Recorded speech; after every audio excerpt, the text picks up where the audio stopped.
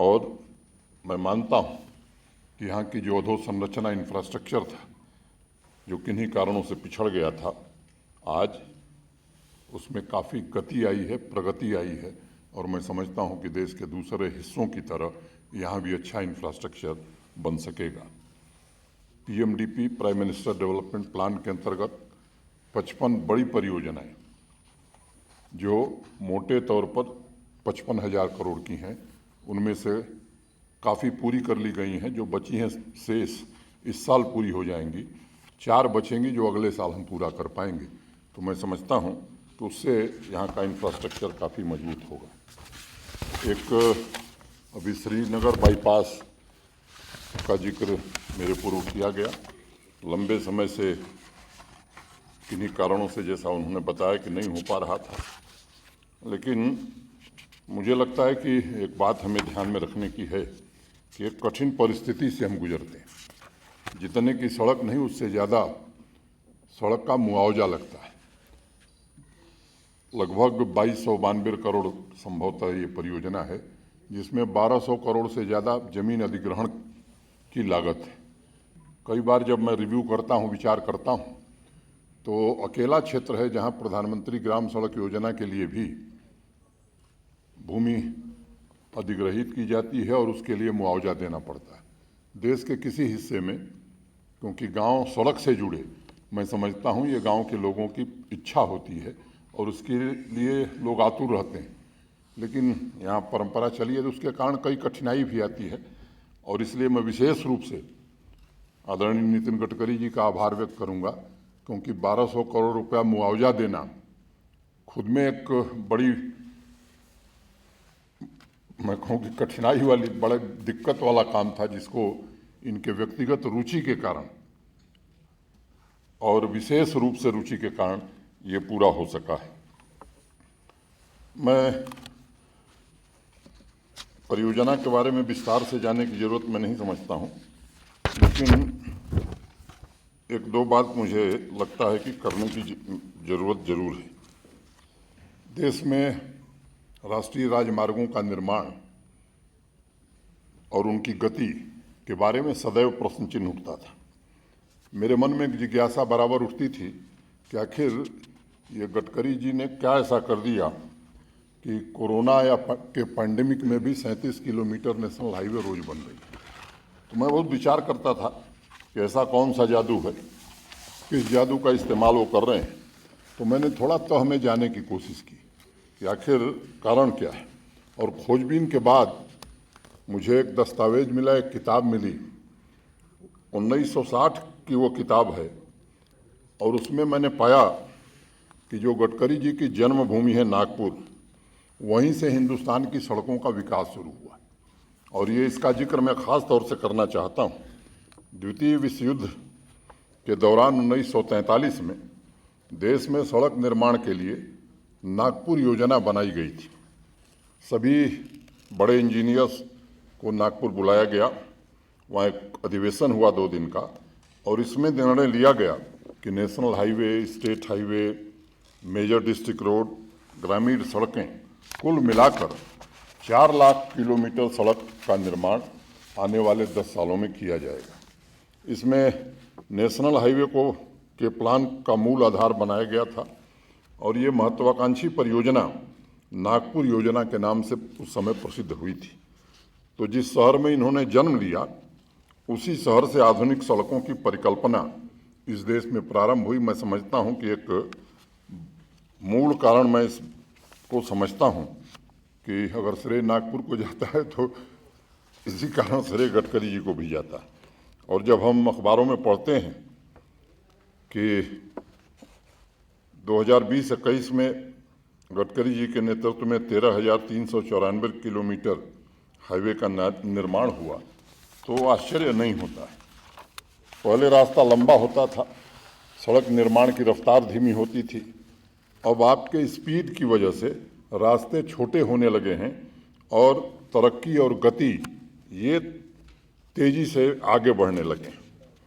अच्छे सड़क की विभिन्न क्षेत्रों में तरक्की के लिए क्या महत्व है, इसके बारे में एक रिसर्च हुआ देश में आज़ादी के बाद, और उस रिसर्च में ये बात कही गई किसी सामान को रेल या हवाई जहाज से ले जाने में कम से कम 8 बार हस्तांतरण माने ट्रांसफ़र करना पड़ता है, जबकि सड़क मार्ग से अगर माल हम ले जा रहे हैं तो इसकी ज़रूरत महज 3 बार पड़ती है। पैसेंजर सर्विस के बारे में कहा गया है कि सड़कें समाज में समता तथा विकास दोनों पैदा करती हैं। यहाँ किसी को टिकट खरीदने की ज़रूरत नहीं है, इसलिए मैं मानता हूँ कि सड़क निर्माण समृद्धि का सबसे बड़ा माध्यम है, और ख़ास तौर से आज की दुनिया में। जो लोग इनके कार्यालय में गए होंगे, मुझे लगता है कि एक वहाँ 4-5 लाइनें हैं जो लिख करके गडकरी जी ने अपने जहाँ बैठते हैं उसके पीछे लगाया हुआ है, और उन्होंने उसमें लिखा है, कोट है कि American roads are not good because America is rich, but America is rich because of American roads are good. तो ये मैं समझता हूँ कि ये सिद्धांत भारत में भी लागू होता है, और भारत की समृद्धि का रास्ता अच्छी सड़कों से गुजरेगा, इसको प्रमाणित करके श्रीमान नितिन गडकरी जी ने पूरे देश को बताया है। मैंने पहले ही कहा कि प्रधानमंत्री जी ने बड़ी शिद्दत से कोशिश की कि हिंदुस्तान का जो मुकुटमणि है जम्मू कश्मीर, इसका इंफ्रास्ट्रक्चर विश्व स्तरीय हो, और 2014 के पहले जम्मू कश्मीर और लद्दाख मिला करके 7 नेशनल हाईवे हुआ करते थे। 2021 में आज के दिन जब हम खड़े हैं तो केवल 11 हाईवे जम्मू कश्मीर में हैं, और कई ऐसे प्रस्तावित हैं जो आने वाले कुछ दिनों में शुरू होने वाले हैं। पिछली बार जब मैं दिल्ली गया था और माननीय नितिन गडकरी जी के साथ जब विस्तार से हम लोगों की चर्चा हुई थी, तो जो हमारी दिक्कतें थी उनका चंद मिनटों में समाधान माननीय गडकरी जी ने किया, और उसके लिए मैं फिर से एक बार आभार व्यक्त करना चाहता हूँ। कुल जो नेशनल हाईवे की लंबाई थी लद्दाख को मिला करके वो 1695 किलोमीटर हुआ करती थी। आज वो बढ़ करके केवल जम्मू कश्मीर में 2200 किलोमीटर हो गई है, और मुझे लगता है कि आने वाले 2 वर्षों में इसमें कम से कम 600 किलोमीटर की और बढ़ोतरी होने वाली है। तो इसलिए मैं मानता हूँ कि यहाँ के प्रगति में, विकास में, आर्थिक उन्नयन में राष्ट्रीय परिवहन मंत्रालय का बड़ा भारी योगदान होने वाला है। मैं बाकी चीज़ों के विस्तार में नहीं जाना चाहता हूँ, लेकिन 2014 से 21 के बीच लगभग 1000 किलोमीटर के नए नेशनल हाईवे सिर्फ जम्मू कश्मीर यूटी में घोषित किए गए हैं। और आप सबको मालूम है कि जो रेल लाइन बन रही है, चेनाब नदी पर बनने वाला दुनिया का सबसे ऊंचा ब्रिज, वो आने वाले 6 महीने में पूरा हो जाएगा, तो अगले साल कश्मीर कन्याकुमारी से रेल मार्ग से भी जुड़ जाएगा। हवाई परिवहन के क्षेत्र में भी कुछ बड़े फैसले हुए हैं, और पहली इंटरनेशनल फ्लाइट शारजाह की अक्टूबर महीने में हम शुरू करने जा रहे हैं। एयर कार्गो भी इसी सितंबर में ख़त्म हो जाएगा, तो एयर कार्गो भी शुरू हो जाएगा। इसके कारण यहाँ के आर्थिक विकास में निश्चित रूप से प्रगति आएगी। विकास ही विकास दिखाई देता है। हमारे रोड ट्रांसपोर्ट और परिवहन के मंत्री श्री नितिन गडकरी जी, जम्मू और कश्मीर के लेफ्टिनेंट गवर्नर, जो कि पूरे समय जब से वो यहाँ पर आए हैं, मैं तो जब भी उनसे मिला हूँ, जम्मू कश्मीर की खुशहाली और प्रगति ही उनके मुंह से निकलती है कि कैसे उसको और आगे बढ़ाया जाए।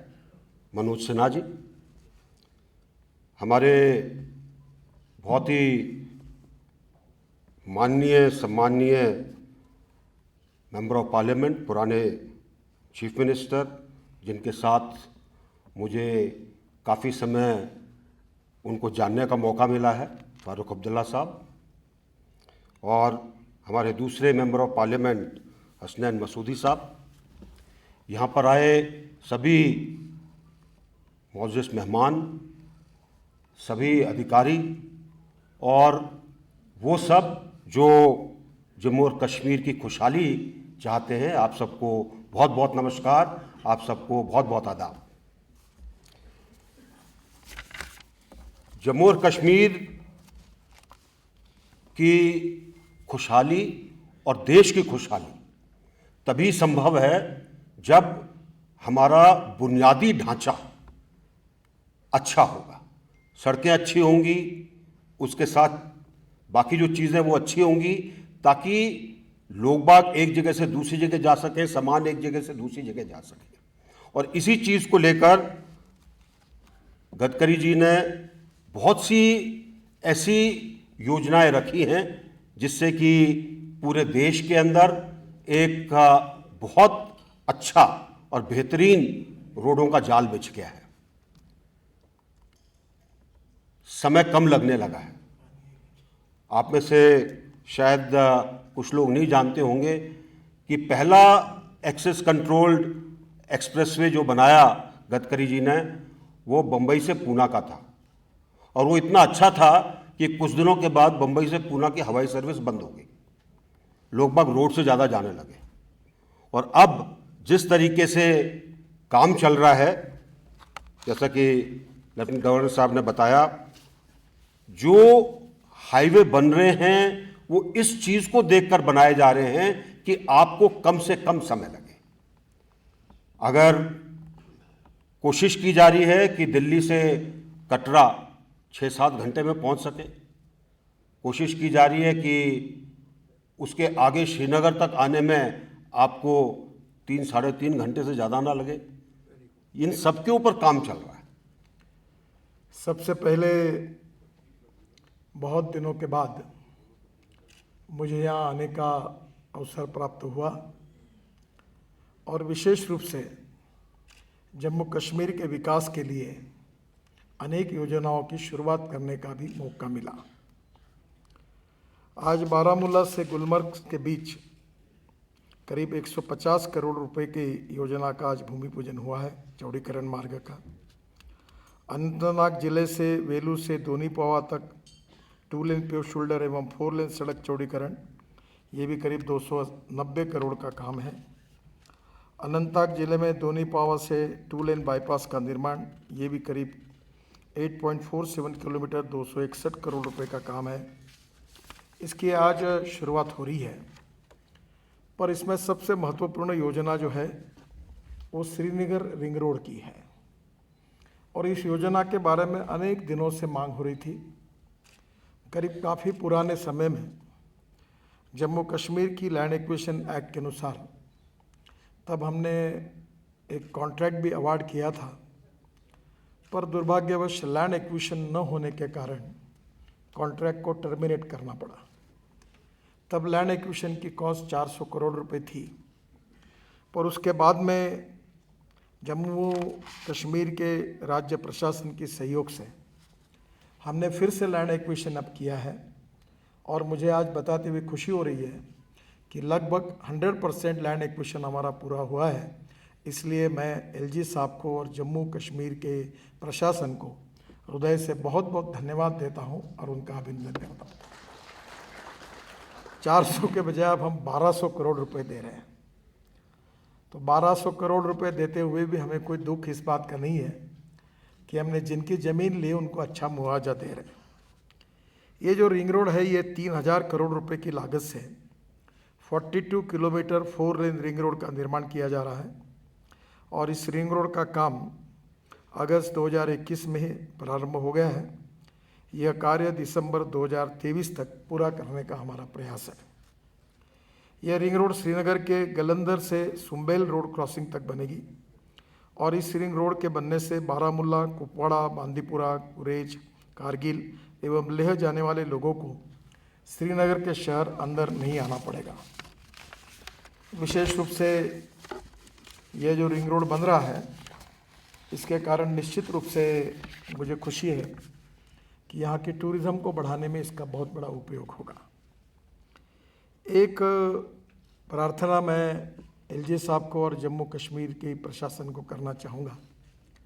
जब महबूबा जी मुख्यमंत्री थी तब भी मैं वाटर रिसोर्सेज मंत्री था, तब भी उन्होंने भी इस बात के लिए मांग की थी। उसमें ऐसा है कि हमारे रोड के लिए जो एग्रीगेट लगता है वो दूर से लाना पड़ता है और इकोलॉजी और एनवायरनमेंट के कारण अड़चनें भी होती है। उस समय यहाँ बाढ़ के कारण बहुत नुकसान हुआ था। जनता की काफ़ी चल संपत्ति काफ़ी नुकसान हुआ था। तो अगर ये रोड के विशेष रूप से जो रिवर्स है बड़े बड़े झेलम जैसी, इनके अंदर में काफ़ी सिंटेज पड़ा हुआ है और उसके कारण बाढ़ जल्दी आता है और लोगों का नुकसान भी होता है। और मुझे इस बात का सौभाग्य मिला है कि आप जहाँ से आते गाज़ीपुर, वहाँ मैंने जलमार्ग बनाया गंगा में।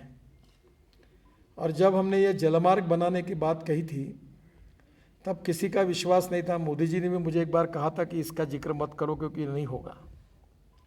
जेटली जी ने कहा कि बजट देने से होने वाला काम नहीं है।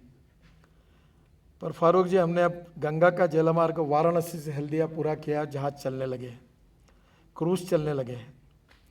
फिर उसके बाद हमने बंगाल के खाड़ी से समुद्र है, फिर मैंने मेरे समय में ब्रह्मपुत्रा में भी ड्रेजिंग पूरा किया 3 मीटर का, और उसके बाद में बराक रिवर जो है उसका भी पूरा किया।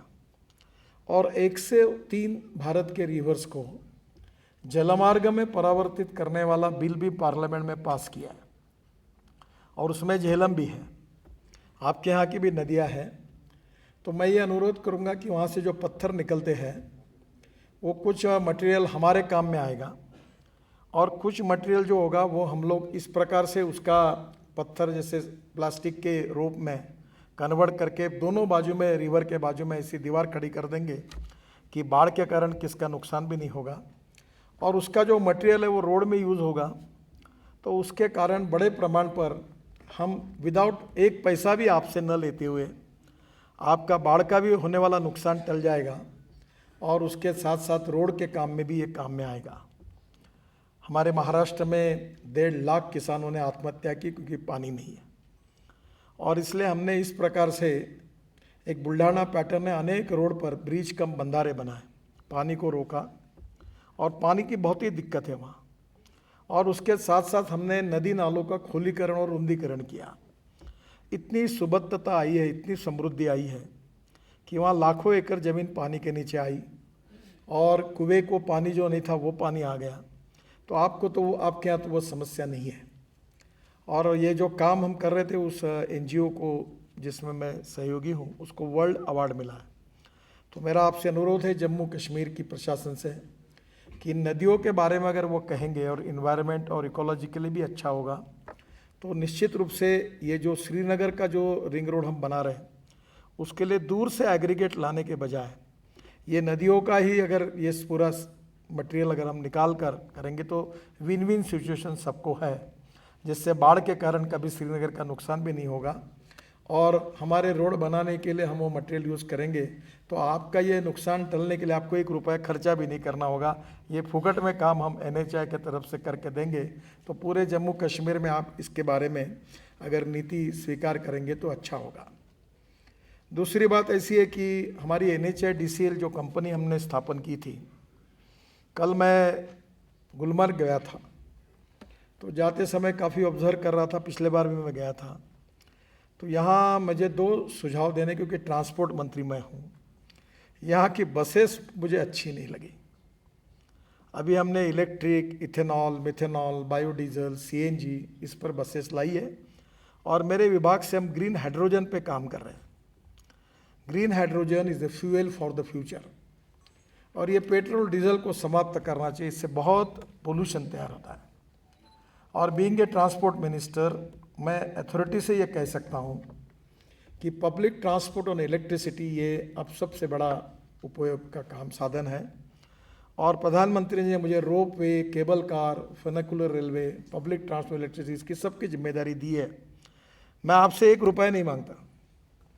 पहली बात तो ऐसी कि मेरे पास इतना पैसा है कि मेरा पहला विभाग है कि मैं 40 लाख करोड़ के काम कर चुका हूँ, और मैं पैसे खड़ा कर सकता हूँ। मुझे आपसे और कश्मीर के लिए काम करना चाहता हूँ। केवल मुझे फॉरेस्ट इन्वायरमेंट के क्लियरेंस और लैंड एक्विजिशन 2 काम करा दीजिए। अभी हिमाचल प्रदेश ने मुझे 15 रोपवे और केबल कार का प्रपोजल दिया है, और मैं अपने ही पैसे से वो बना रहा हूँ। केवल मैंने उनको कहा कि एक नीति बनाइए। आपके यहाँ जो हाइड्रो पावर बनती है, काफ़ी जम्मू कश्मीर में भी बनती है, उसका रेट कम है। और एक आधे प्रोजेक्ट को 5-10 मेगावाट लगेगी। तो हिमाचल प्रदेश को मैंने ये कहा था कि आपके यहाँ पावर सरप्लस है, आप रोपवे केबल कार जो चलेगी इलेक्ट्रिक पर, उसके लिए आप 4 रुपये के यूनिट से पावर दीजिए, बस इतना करिए और इतने क्लियरेंस दीजिए, बाकी सब मैं वायबल करके पैसे लाऊंगा। और यहाँ जो आपके यहाँ 2 ही वर्ल्ड में कंपनी है, प्यूमा जिसने आपके गुलमर्ग में बनाया, और दूसरी है डॉफलमेयर जो हमारे ऑस्ट्रिया की है, और दोनों टेक्नोलॉजी हमने लाई है और मेरे डिपार्टमेंट ने इसके जो स्टैंडर्ड्स है वो भी तय कर दिए। और अभी तो मैं देश में 4-5 जगह पर ऐसे ब्रिज बना रहा हूँ कि नीचे में 8 लेन रोड, ऊपर में 6 लेन ब्रिज फर्स्ट लेवल, फिर उसके ऊपर में 6 लेन ब्रिज सेकंड लेवल, और उसके ऊपर से ये पब्लिक ट्रांसपोर्ट सिस्टम और इलेक्ट्रिक पुणे में बना रहा हूँ, शिरूर से लेकर वाघोली तक 50 किलोमीटर। चेन्नई में बना रहे हैं, मैंने खुद नागपुर में अपने शहर में मेरी कॉन्स्टिट्यूंसी में नीचे में रोड, ऊपर में ब्रिज और ऊपर में मेट्रो। तो ये टेक्नोलॉजी बहुत बदली हुई है, तो आपके यहाँ भी हम लोग इसका सबका उपयोग करना चाहते हैं। तो ये ropeway, cable car, funicular railway की, जैसे मनोज जी हिमाचल प्रदेश ने जो पॉलिसी पास की वो आप बुला लीजिए, और वो करके अगर आप मुझे देंगे तो जितनी रोपवे, केबल कार, फनिकुलर आपको कब्जे में बनानी है उतनी बनाने के लिए मैं तैयार हूँ, आपको सहयोग करने के लिए तैयार हूँ। और निश्चित रूप से इससे बहुत टूरिज़्म बढ़ेगा और जम्मू कश्मीर के अनेक युवाओं के हाथों को रोज़गार मिलेगा। दूसरी इम्पोर्टेंट चीज़ ऐसी है कि जिसके लिए भी हम कटरा में अभी इंटरमोडल स्टेशन बना रहे हैं, आपने ही सहयोग दिया है, बहुत बड़ा स्टेशन बना है। वहाँ हम लोग लॉजिस्टिक पार्क बना रहे हैं, बस पोर्ट बना रहे हैं, वहाँ पार्किंग प्लेस बना रहे हैं, काफ़ी सुंदर बना रहे हैं। और ये आपके सब स्टेशन के लिए मैंने मनोज कुमार जी को जो बैठे हैं उनको कहा कि मुझे ऐसा आर्किटेक्ट नहीं चाहिए। तो हबीब खान करके हिंदुस्तान के आर्किटेक्ट एसोसिएशन के ऑल इंडिया के प्रेसिडेंट हैं, वो मेरे मित्र थे, और वो यहाँ आके गए श्रीनगर, और आपके पूरे रोड साइड एमिनिटीज़ और कटरा से लेकर सब डिज़ाइन करने के लिए मैंने उनको कहा। और उनके जो डिज़ाइंस है आज मनोज कुमार जी जाने के पहले आपको दिखा देंगे, इतने सुंदर डिज़ाइंस बनाए हैं कि ये वर्ल्ड प्राइड की जगह से डिज़ाइंस बनाए हैं। तो मैं आपको ये निश्चित रूप से जम्मू श्रीनगर में भी, यहाँ मैं कल कुछ व्यापारियों से मिला, मुझे रास्ते में तो कह रहे थे हमारे यहाँ लॉजिस्टिक्स ये नहीं है, कॉस्ट बढ़ती है। तो मैंने कहा कि मैं आपकी लॉजिस्टिक कॉस्ट 2 साल के अंदर कम कर दूंगा। तो आपका यही कि श्रीनगर के इस रोड पर भी आप कहीं अगर ज़मीन मुझे ढूंढ कर देते हैं तो मैं जब यहाँ श्रीनगर के लिए भी बहुत बड़ा लॉजिस्टिक पार्क, बस पोर्ट यानी बस स्टेशन, अभी यहाँ मैं बसेस देख रहा था कल, तो हमारे यहाँ मैं मजाक में कहता था कि जहाँ हॉर्न छोड़कर सब बजता है। और आपका तो बहुत अच्छा है कि टप पर बैठे हुए लोग नहीं मिले, बिहार यूपी में मनोज जी जहाँ से आए वहाँ टप पर लोग बैठते हैं। तो पब्लिक ट्रांसपोर्ट को हमने निगलेक्ट किया है।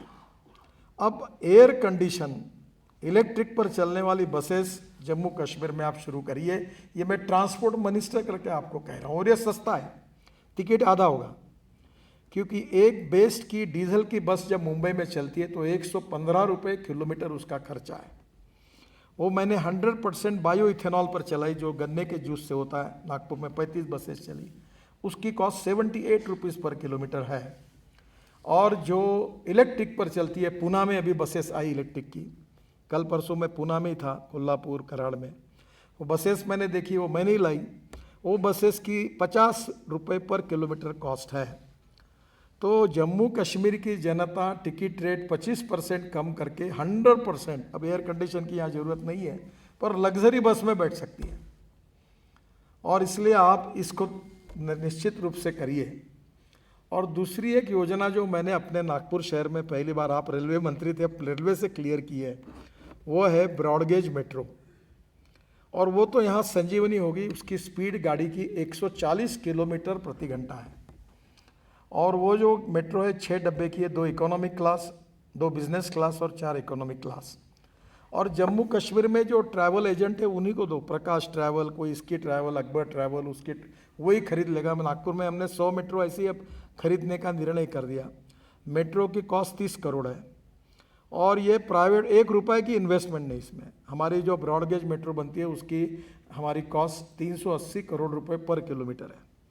और जो मेट्रो मैं अब तैयार कर रहा हूँ जिसकी अनुमति रेलवे मंत्रालय ने दी, वो उसकी 1 करोड़ रुपए भी पर किलोमीटर कॉस्ट नहीं, मैं 900 किलोमीटर की बना रहा हूँ। तो श्रीनगर से जम्मू तक जितनी ब्रॉड गेज है उसके ऊपर ये फास्ट गेज मेट्रो ये 1-1 घंटे में चालू हो जाएगी। तो 140 किलोमीटर की स्पीड से तो जम्मू से श्रीनगर तो मुझे लगता है 2 घंटे में हो जाएगा। और इसलिए टेक्नोलॉजी का उपयोग करके यहाँ जितना कुछ बदल होगा उससे तरक्की होगी। मुझे आज खुशी है कि मैं विशेष रूप से ये एक बात में मैं थोड़ा सा दुखी हूँ, क्योंकि ये जम्मू से श्रीनगर ये जो रोड है ये लाइफ लाइन है यहाँ की, और ये कुछ ना कुछ कारणवश ये थोड़ा देरी हुई है। पर मैं आपको ये वचन देता हूँ कि आज से 2 साल के अंदर जम्मू से श्रीनगर का प्रवास 3 घंटे के अंदर होगा, ऐसा ये अच्छा रोड बनेगा। ये 230 किलोमीटर की परियोजना प्रगति पर है और इसमें उधमपुर से श्रीनगर से बनियाल तक 170 किलोमीटर की 4 लेन का काम हो चुका है। उधमपुर और बनियाल के बीच 60 किलोमीटर काम दिसंबर 2022 तक पूरा हो जाएगा और शेष 20 किलोमीटर जिसमें रामसू और बनियाल के बीच सुरंगों और पुल का निर्माण शामिल है, वो अगले 2-2.5 साल इसको लगने वाला है। ये लगभग 8,000 करोड़ रुपए की अनुमानित लागत से ये जम्मू श्रीनगर ये जो लाइफलाइन है आपकी राष्ट्रीय राजमार्ग के कुछ 4 लेन में कुल 20 सुरंगों का निर्माण किया जाना है, जिसमें 4,500 करोड़ रुपए की लागत से वाली 6 सुरंगों को पहले ही पूरा किया जा चुका है, जिसमें 9 किलोमीटर चेनानी नाशरी सुरंग और 9 किलोमीटर काजीकुंड बनियाल शामिल है। बाकी का भी काम अब शुरू हो जाएगा, लगभग अवार्ड हो गया है और इसके पूरा होने के बाद जम्मू और श्रीनगर के बीच की दूरी 230 किलोमीटर हो जाएगी और करीब 3 से 3.5 घंटे के अंदर आप निश्चित रूप से आ सकेंगे।